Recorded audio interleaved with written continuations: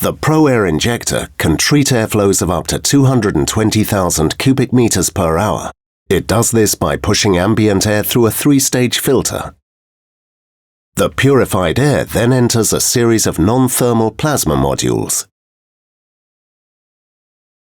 In the same way that lightning freshens the air during a thunderstorm, here a microscopic lightning storm splits water and oxygen molecules, transforming them into active oxygen. This active oxygen is then injected into the process air exhaust duct, where it executes a high-speed oxidation reaction with the offensive odor molecules. The resultant oxidized molecules cannot be detected by the human nose, solving the odor problem.